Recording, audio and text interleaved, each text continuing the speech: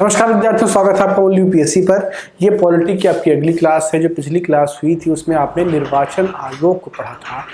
निर्वाचन आयोग भी एक संवैधानिक संस्था है और इस बार परीक्षा में आने की संभावना भी है क्योंकि चुनाव 5 राज्य में हो रहे हैं, साथ ही यूपी पंचायत चुनाव है। ठीक है, इसके अलावा जो एक महत्वपूर्ण टॉपिक और है वो है भारत के महान्यायवादी। भारत का महान्यायवादी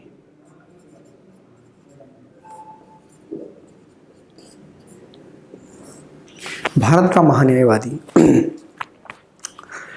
डॉक्टर भीमराव अंबेडकर ने ये कहा था कि भारत का महान्यायवादी एक महत्वपूर्ण अधिकारी होगा। भारत का वह अधिकारियों में से एक होगा जो भारत को सुरक्षित करेंगे, संरक्षित करेंगे।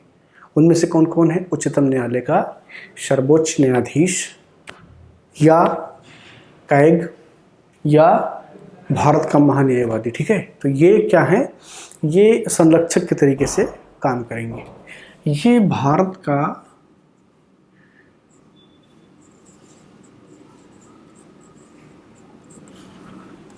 सबसे बड़ा विधिक व्यक्ति होता है।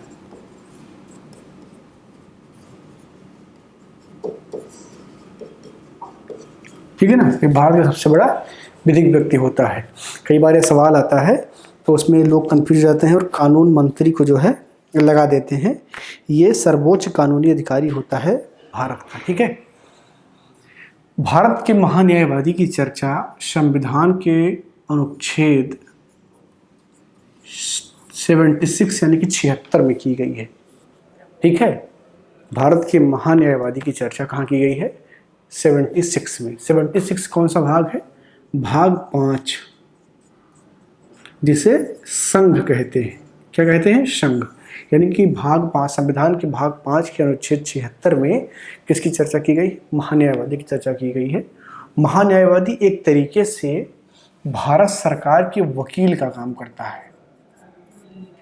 भारत सरकार के वकील का काम करता है।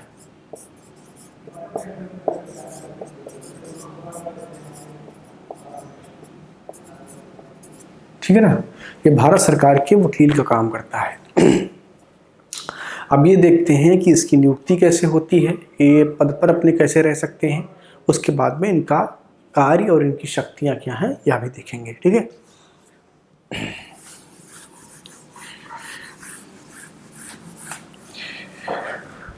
तो इनकी नियुक्ति को लेकर के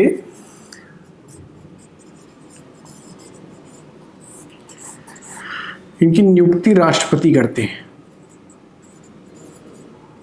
ठीक है ना, इनकी नियुक्ति कौन करते हैं? राष्ट्रपति करते हैं। और नियुक्त होने के लिए जो योग्यता है वो क्या होनी चाहिए?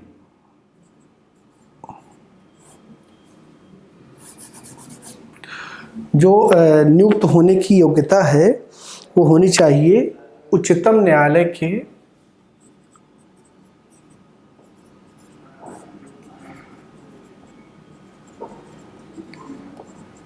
न्यायाधीश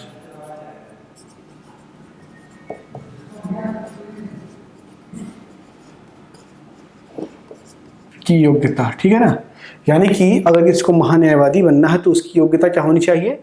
उच्चतम न्यायालय के न्यायाधीश की जो योग्यता है वही योग्यता होनी चाहिए। अब इसकी क्या योग्यता है? तो इसकी योग्यता है किसी हाई कोर्ट में 5 वर्ष जज के तौर पर काम किया हो। ठीक है ना, यदि किसी व्यक्ति ने 5 वर्ष तक किसी हाई कोर्ट में जज के तौर पर काम किया है तो वो बन सकता है। दूसरा है हाई कोर्ट में उसने 10 वर्षों तक वकालत की हो।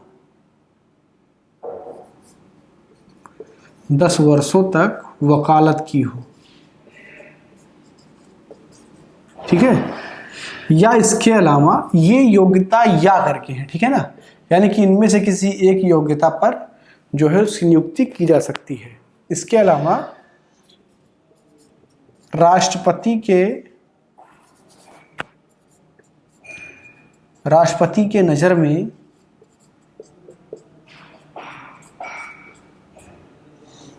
विधि का जानकार व्यक्ति, विधि का जानकार व्यक्ति, ठीक है ना।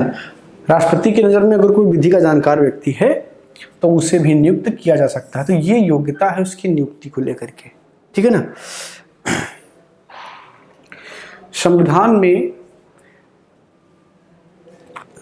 महान्यायवादी के पद को कितने समय तक रखना है इसकी कोई चर्चा नहीं की गई है, लेकिन रिवायत ये है कि जब मंत्रिमंडल इस्तीफा देती है या उसे परिवर्तित किया जाता है तो महान्यायवादी स्वतः इस्तीफा दे देता है, क्योंकि वो उसी के द्वारा नियुक्त होता है। महान्यायवादी को हटाने की जो प्रक्रिया है वो उसी प्रकार है जैसे उच्चतम न्यायालय के न्यायाधीश को हटाने की प्रक्रिया होती है, ठीक है। कैसे हटाया जाता है उनको हटाने की प्रक्रिया होती है जब जो है सॉरी ये रंग है, महान्यायवादी को हटाने की जो प्रक्रिया है वो राष्ट्रपति के प्रसाद पर्यंत है। उच्चतम न्यायालय के न्यायाधीश की जैसा नहीं है, ये गलती से निकल गया था, ठीक है। राष्ट्रपति के प्रसाद पर्यंत है। प्रसाद पर्यंत का मतलब यह होता है कि जब तक राष्ट्रपति चाहे तब तक उसे पद पर रहने दे और जब चाहे तब उसे पदमुक्त कर दे, और महान्यायवादी स्वयं भी जब चाहे तो पदमुक्त हो सकता है, ठीक है ना। अब इसके कार्य एवं शक्तियां क्या हैं ये देखते हैं। कार्य एवं शक्तियां,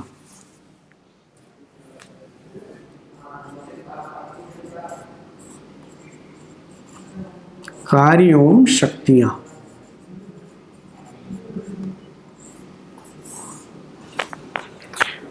तो सबसे पहला कार्य तो ये है कि भारत सरकार को विधिक सलाह देना, ठीक है। भारत सरकार को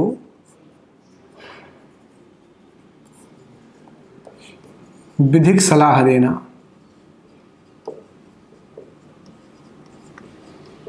ठीक है ना। भारत सरकार के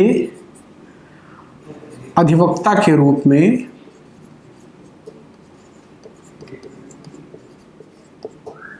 कार्य करना, ठीक है ना। भारत सरकार के अधिवक्ता के रूप में कार्य करना। अनुच्छेद 143 के तहत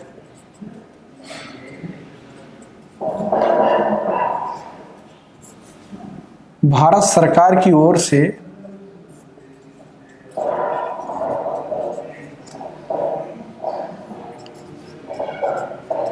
कोर्ट में प्रस्तुत होना, ठीक है ना।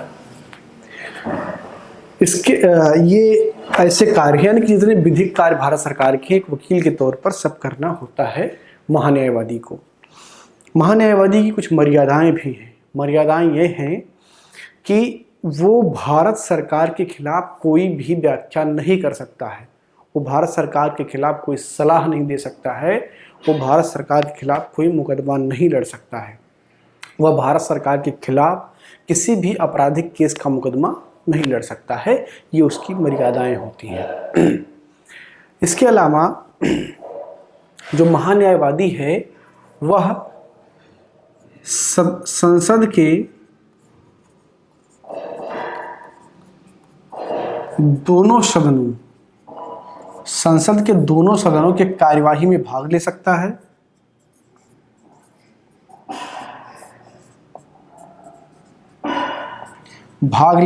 है, परंतु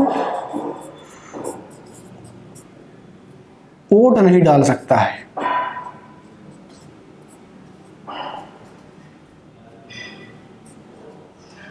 वोट नहीं डाल सकता है, ठीक है ना। यानी कि जो महान्यायवादी है वो संसदीय क्रियाकलापों में भाग लेगा, चर्चा होगी तो उसमें भाग लेगा, लेकिन वो वोट नहीं डाल सकता क्योंकि वो संसद का सदस्य नहीं होता है, इसलिए वोट नहीं डाल सकता है।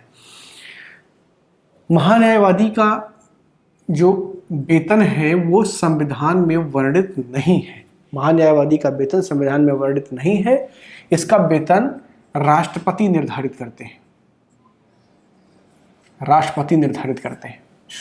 लेकिन जब वो सदन में प्रस्तुत होता है, सदन की कार्रवाई में भाग ले सकता है, तो यहाँ एक चीज़ स्पष्ट करना जरूरी है कि उसे संसद के सदस्यों के बराबर वेतन, भत्ते और सुविधाएं मिलती हैं जो किसी सांसद को मिलता है, वो महान्यायवादी को भी मिलता है। हालांकि संविधान में महान्यायवादी के वेतन को लेकर के कोई स्पष्टीकरण नहीं है। राष्ट्रपति जो वेतन निर्धारित करता है वही वेतन उसे मिलता है। तो ये है महान्यायवादी के बारे में। वर्तमान में भारत का महान्यायवादी कौन है, कमेंट में लिख करके जरूर बताइए। अगर कुछ आपको समझ में ना आया हो तो वो भी पूछ लीजिए, संभवतः अगली क्लास में उसका उत्तर दे दूँ। धन्यवाद। मैं मानस मिश्रा, द न्यूज ओशन का मैनेजिंग डायरेक्टर, आपके लिए एक ऐसी पत्रिका पहली बार आई है जो सिर्फ सच दिखाएगी। कृषि कानूनों पर मचा है घमासान, हो रही हैं मनगढ़ंत बातें। मैं अंकित मिश्रा, पढ़िए मेरा आर्टिकल इस मैगजीन में फैक्ट के साथ। यूपीएससी के एस्पायरेंट समझे हर मुद्दों को गहराई में जाकर के। इस नए लेख में आपको मिलेगा नए संसद भवन के निर्माण से संबंधित सारी जानकारी। मैं विशाल यादव, अब तक आप लोगों ने हमें टीवी पे देखा, लेकिन अब हमारे लेख आपको दिखेंगे इस मैगजीन में। मैं Ranjit Prasad, reporter the news ocean. हम आपको दिखाएंगे किसान आंदोलन के बीच में जिहादी कांड। सब्सक्राइब करें द न्यूज ओशियन, खबरों का समंदर।